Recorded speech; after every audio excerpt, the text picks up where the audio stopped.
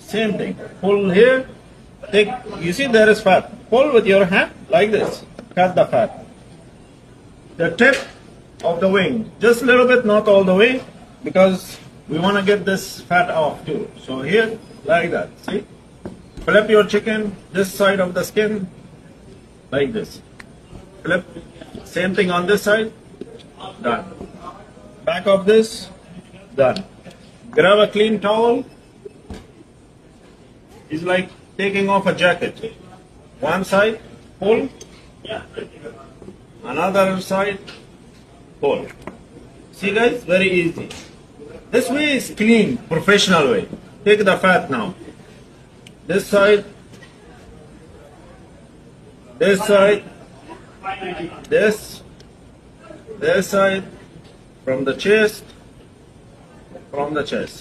very clean.